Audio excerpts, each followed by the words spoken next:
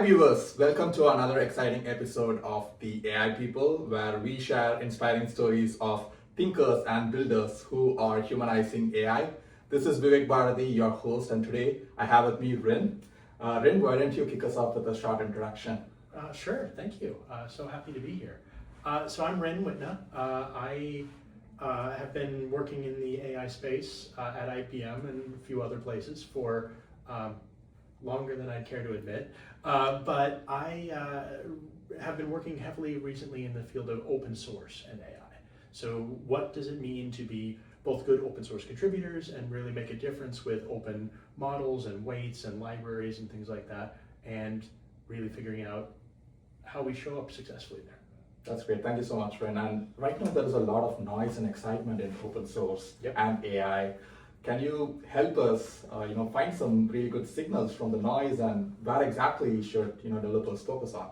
Absolutely. So there's a lot of interesting projects out there, right? And one of the interesting things about the last probably 6 to 12 months has been the acceleration that we're seeing in open source, where it's not just that we have a proliferation of projects, but they're getting much larger, much faster because of both the open source community that we have to work with and also the advent of coding agents. Between those two things, we're just seeing stuff develop so fast, and no clearer has this been than over like the last week, right? We saw Claude become open molt to become Claude bought open claw. There we go. So difficult to keep up with it. It's all lobsters though. So we saw that. We saw the rise of Moltbook, the agent-only social platform, which wild.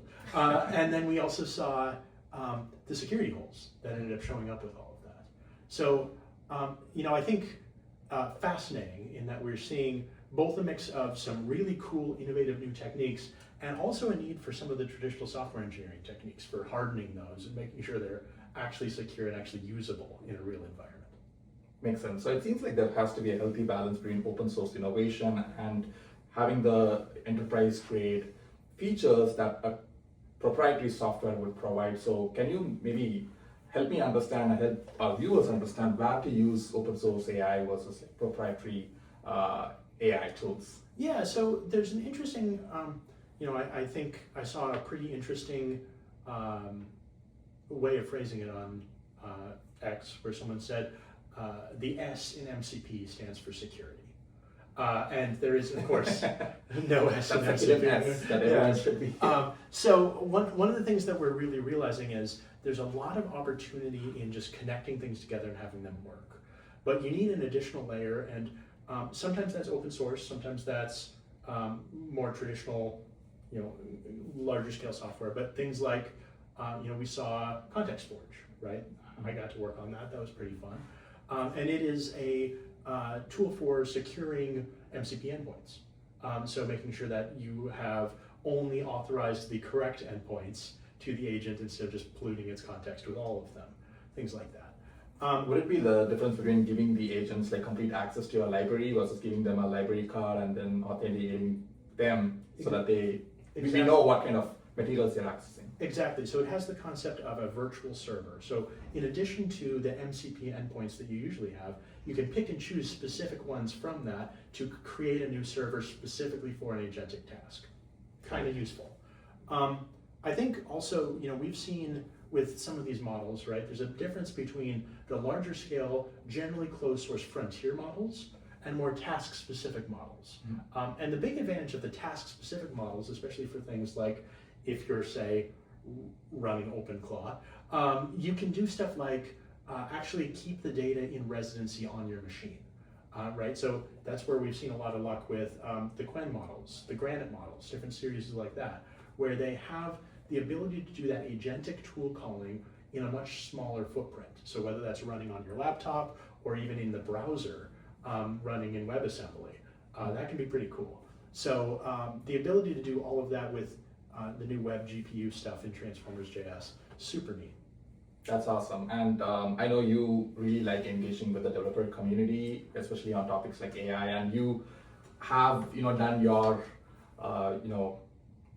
you have been a developer, you build your own tool, and you are able to accelerate adoption of the tool. So how do you typically like go about engaging with developer communities? How do you connect with them? Do you go to like events, or is it like Discord communities? I do both of those things. I would say the most important part to connecting with an open source community and a developer community in general is really like just show up and do the work, right? Like you can go and talk about stuff all day long, but there is really a important aspect of that open source community building where you have to actually be a part of the community. You have to do stuff, you have to show up. And that's really kind of a critical aspect. So not only do you have to show up and do the work, but you have to be authentic about it too, right? So some of my work is developer advocacy kind of stuff. Like I do have to talk about products and things like that, but we kind of look at that as like, yes, here are some things that are really good, and also here are some things made by other people that are really good. Like you have to really make sure you're talking about the true things instead of just what you're there trying to talk about. Okay. And I know developers are really interested in the innovation, seeing making their technology or products see the light of the day, so they are willing to go fast, right? And there's things along the way. Yeah. But it's also important for them to be cognizant about some of the risks and challenges. So how can someone operating in the open source environment do so in a sustainable way? Yeah. So I think one of the big things we've seen is every piece of software these days, doesn't matter what it is built on a foundation of open source. Right? The world is built and held up by open source projects that are probably maintained by one person. But they're good enough, and there's such an important dependency that everyone uses it rather than reinventing the wheel. And we see this again with coding agents. They know how to use those libraries and look up those libraries. So you're going to use vtest instead of writing your own testing framework, for instance. And that's great. Part of the thing that you have to do, though, is as you get preparing to ship, and as you bring those dependencies into your environment, you have to make sure they're good, right? It's like any other piece of untrusted user content, but this is code you're running on your machine. Again, same thing with OpenClaw, right? You're treating prompts as untrusted code and running them on your machine. All things you have to be careful with. So I think we've talked before about the idea of a software bill of materials. We've talked before about making sure that not only the licensing but also the provenance of each of those open source libraries is good. And that's great. Like you do need to do that. And also you have to balance that with moving fast. So the world is moving very, very fast right now. And it's interesting seeing where that balance is shaking out, where yes, we have stuff that's moving really fast. And yes, we have stuff that is highly secure. And there's this interesting middle ground, right? Where there's stuff that is agentic and AI powered. And then figuring out where you need to apply that is maybe the lever, right? Where you're looking at, okay, I have this task. An agent is easy to write and can get there most of the time. Is this something that can get there all the way if I code something with an agent to do the task regularly? And figuring out where along that balance are you going to do it. Like, do you use traditional software engineering techniques, again, AI assisted to make that, or do you use AI techniques? And that non-deterministic factor of what you need from the application is a really important part of figuring out what techniques to use. That makes a lot of sense. I mean, you've been in the open source AI arena for a long time, and you've seen a lot of trends. Yeah. What do you think is most likely to happen in your perspective in the next 1 or 2 years in the open source AI realm? Yeah, so a couple of things. We've seen some great open weights models. We're seeing a lot of those come out of China, especially. So the Quen series, the Kimi series, like those have kind of been a big thing. But we're also seeing, I think, a really important aspect is, nope, lost my train of thought there. Sorry, can you repeat the question? Like how do you envision this, transpiring? Yeah. Like There we go. that's the $1 million, $1 billion, $1 trillion question. Memory. Oh, Yeah, so specifically, not computer memory, but agentic memory was where I was trying to get to there. And Interestingly, SanDisk went public, if I'm not wrong, and their stocks, their valuation went up like crazy. Sure, but that's physical memory.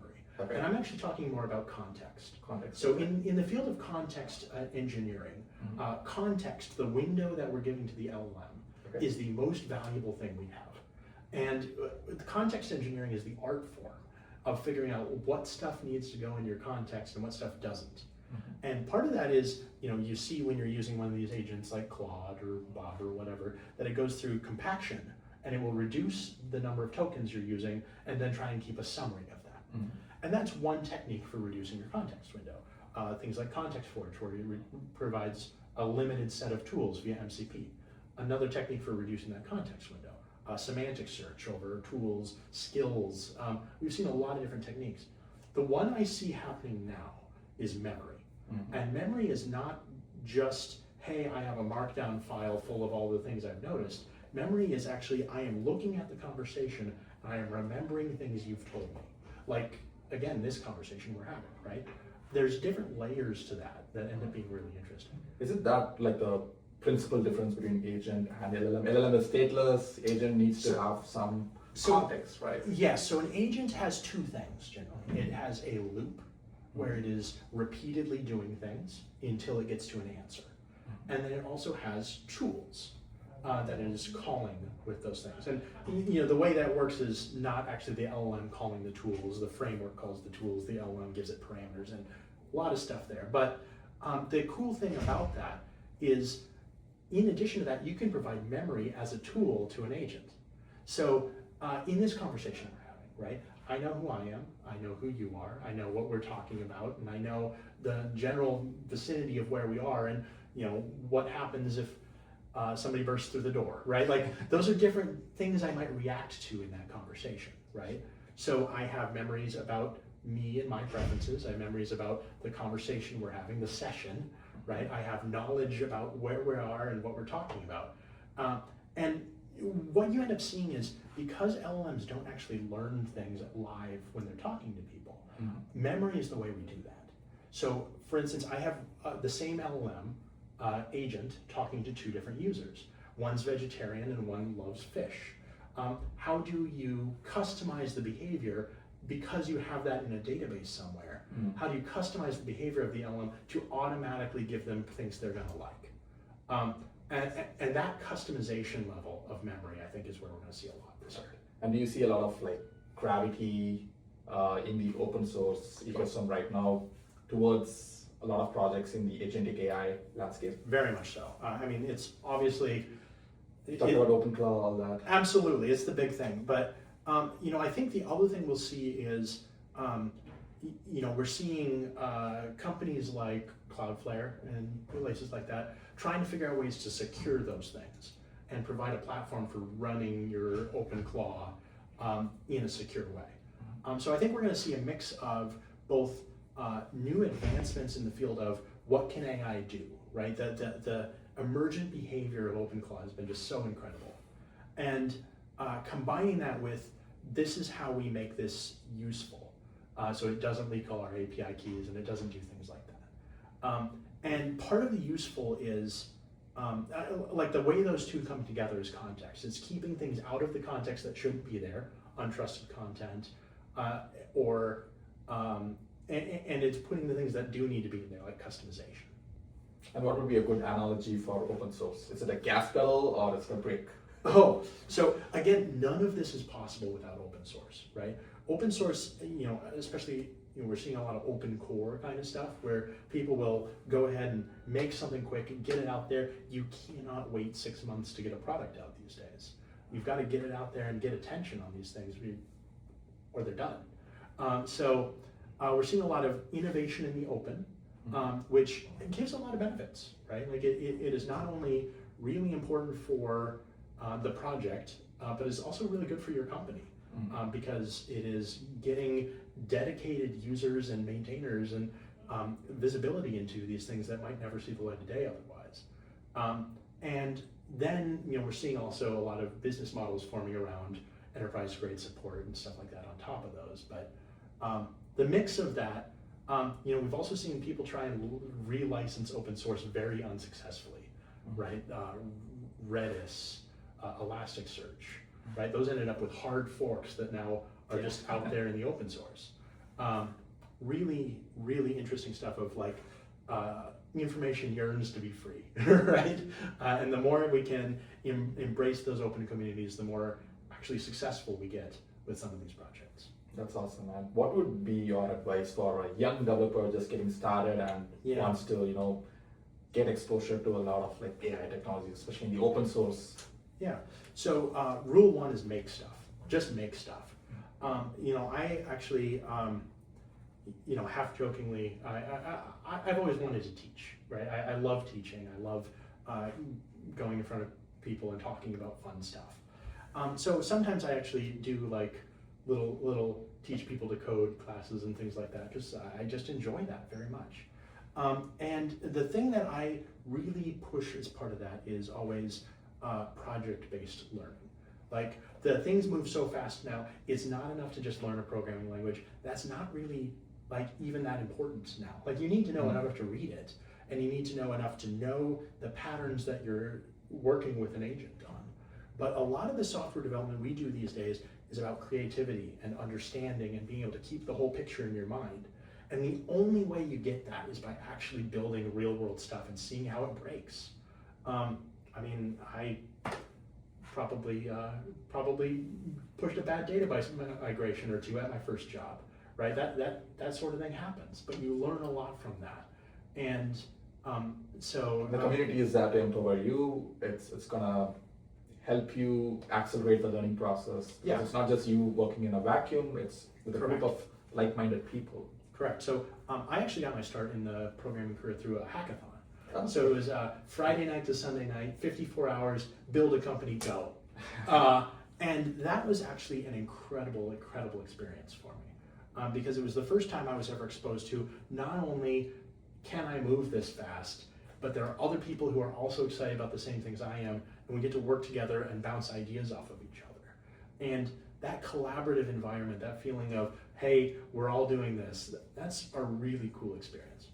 That's so awesome. Thank you, Ren. It's been a pleasure conversing with you today. I personally learned a lot, and I'm pretty sure my viewers also got a lot of interesting snippets about open source and AI. So thank you so much for being with us today. Absolutely. Thank you so much for having me. Sure. Thanks.